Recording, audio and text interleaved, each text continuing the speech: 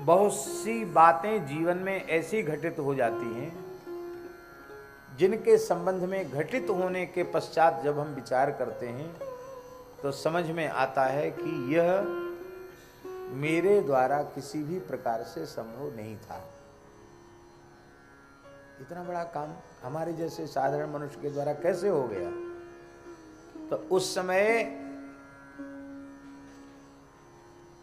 यह नहीं सोचना चाहिए कि मैंने अपने श्रम, अपने पुरुषार्थ या अपने सुकृत से ये किया। गीता जी में भगवान क्या कह रहे हैं? अहंकार विमूढ़ात्मा कर्ताहमिति मन्यते। पर जो साधु पुरुष होते हैं, सज्जन पुरुष होते हैं, वो किसी भी उपलब्धि का श्रेय स्वयं नहीं लेते हैं, वे उपलब्धि का श्रेय अपने पूज्य गुरुजनों को ही प्रदान करते हैं। इसमें एक बहुत बड़ी बात है कि स्वयं अहंकार से व्यक्ति बच जाता है। हमारे पूज्य गुरुदेव भक्तमाली जी कहते थे, अहंकार किसी काम में नहीं आता।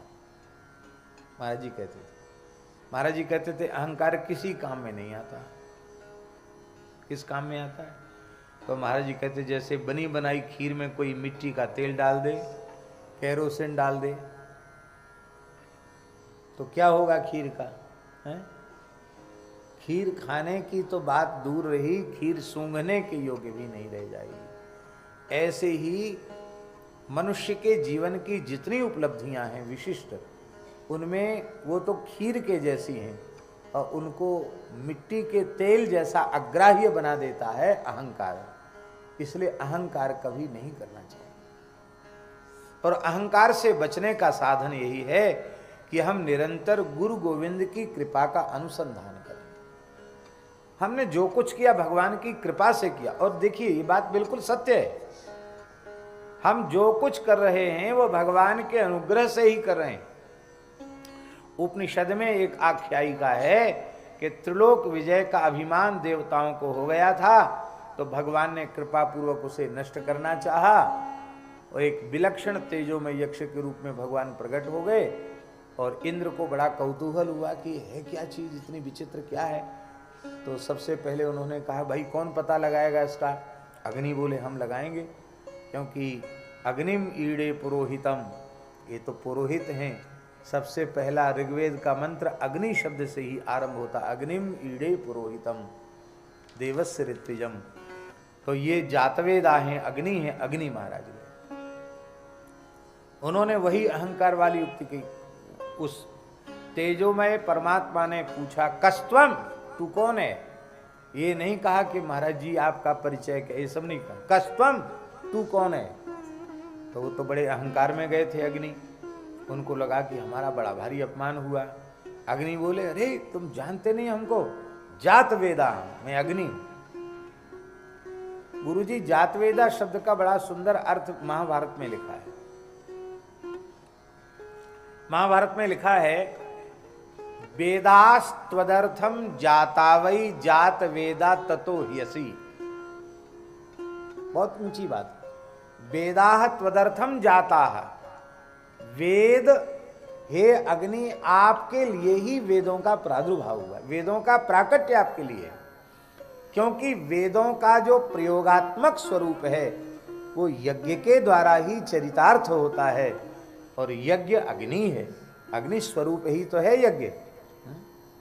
चाहे स्मार्त यज्ञ करो तो, और श्रौत यज्ञ करो जिसमें वषटकार का प्रयोग होता है वो श्रौत यज्ञ होता है, जिसमें स्वाहाकार का प्रयोग होता है वो स्मार्त यज्ञ होता है।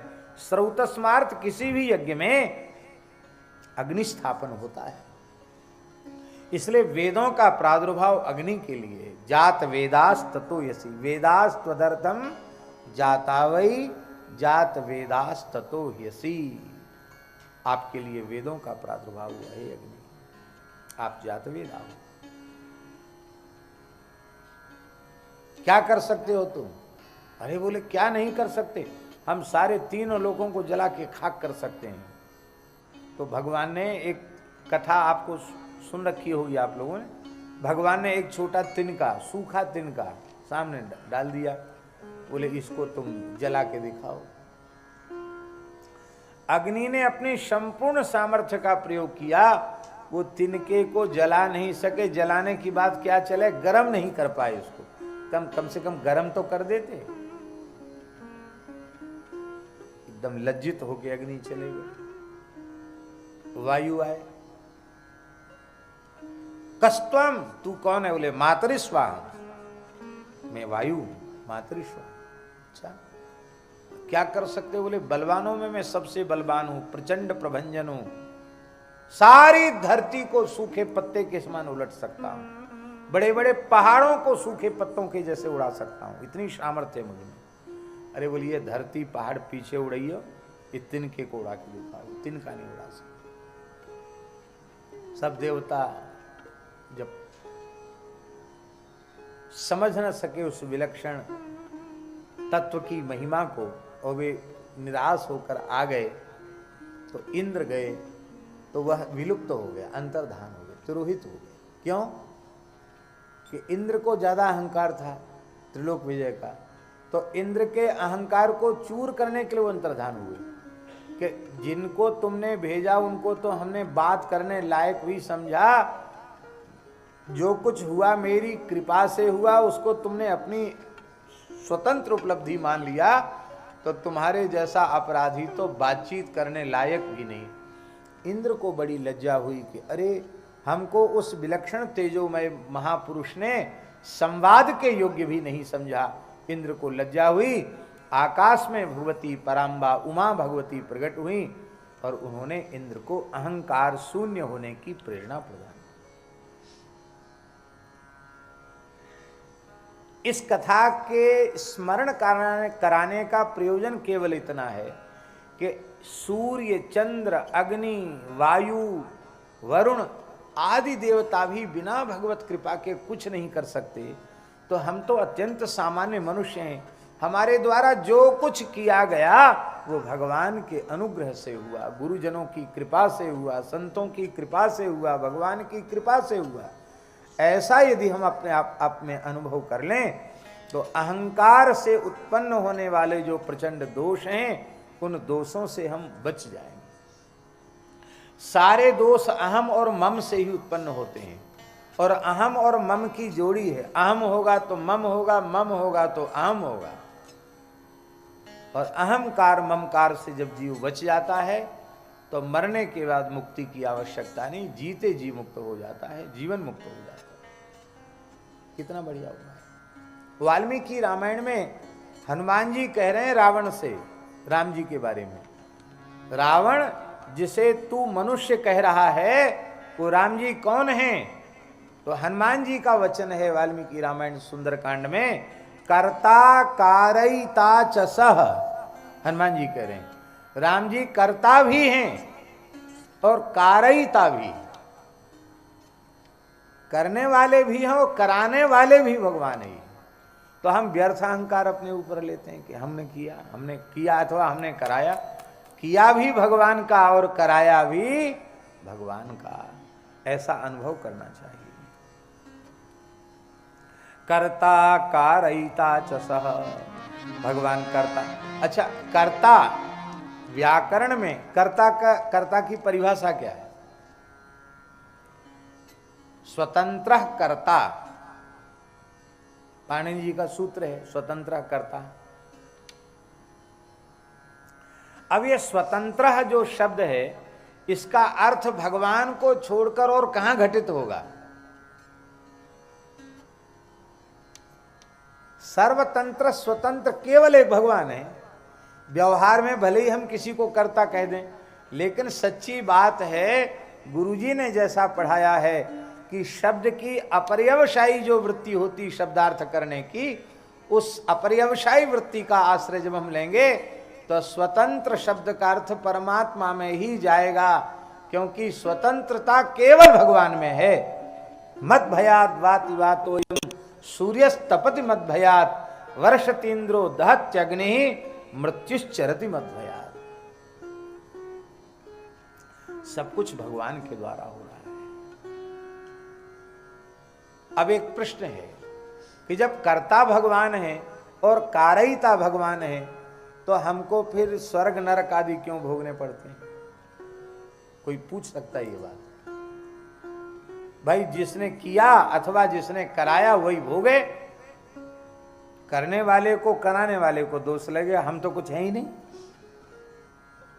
अच्छा काम हो तो स्वर्ग भी परमात्मा ही भोगे, और कुछ अनुचित कार्य हो जाए तो नरक भी परमात्मा ही भोगे। जीव को स्वर्ग नरकादि का सुख दुख क्यों भोगना पड़ता है? बड़ा जटिल प्रश्न है ये, और इसकी आड़ में लोग बहुत ऊटपटांग काम करते हैं। लोग कहते हैं अरे ये सब करने कराने वाले भगवान है, भगवान की इच्छा से कर दिया। ऐसा भी लोग कह देते हैं करने वाले लोग। पत्ता भी बिना भगवान की इच्छा के नहीं हिलता, तो जो कुछ हुआ भगवान की इच्छा से हो गया। इसमें भी क्या है विशेषता भैया जी, अच्छा काम तो हमारे द्वारा हो गया, हमारी इच्छा से हो गया, और कुछ गड़बड़ हो गया तो भगवान की इच्छा से हो गया। तो ये भेद क्यों रखते हो कि अच्छा तो हमने किया और जो अनुचित हो गया वो भगवान की इच्छा से हो गया? ऐसा क्यों सोचते हो? सच्ची बात यह है कि जिस क्षण जीव हृदय से यह स्वीकार कर लेगा कि भगवान कर्ता भी हैं और कारयिता भी हैं, उसी समय वह पुण्य पाप की जंजीर से मुक्त हो जाए। फिर वह भगवान के हाथ का खिलौना बन जाएगा, भगवान के हाथ का उपकरण बन जाएगा। फिर भगवान ही उसके शरीर के द्वारा कार्य करेंगे, वह व्यक्ति कार्य करने वाला नहीं होगा।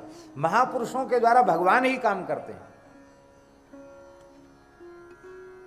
भगवान का उपकरण बन जाते हैं महापुरुष, और भगवान उनके द्वारा बड़े बड़े कार्य कर देते हैं,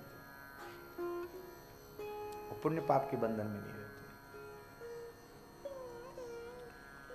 इस प्रकार का जैसे विश्वास है कि भगवान कर्ता भी हैं और कारयिता भी हैं, ऐसा विश्वास जिस भाग्यशाली जीव को हो जाता है, निषिद्ध आचरण जागृत की तो चले क्या, स्वप्न में भी उसके द्वारा निषिद्ध आचरण नहीं होगा।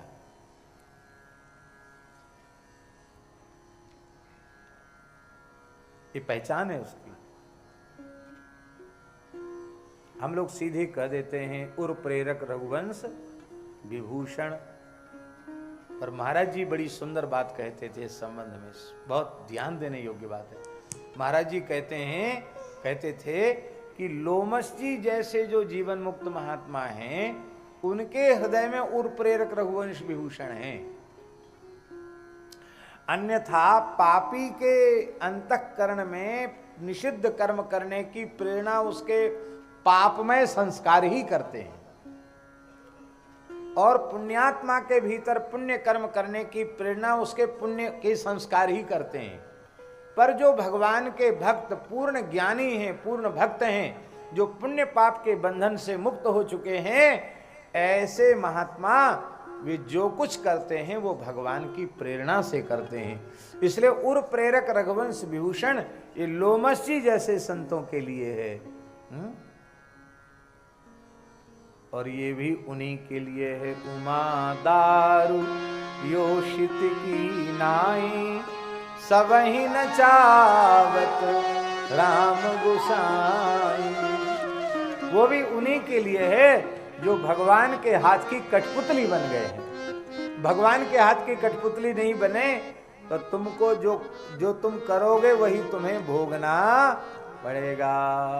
कबीरा तेरी झोपड़ी गलकटियन के पास, जो करेगा सो भरेगा, तू क्यों होए उदास।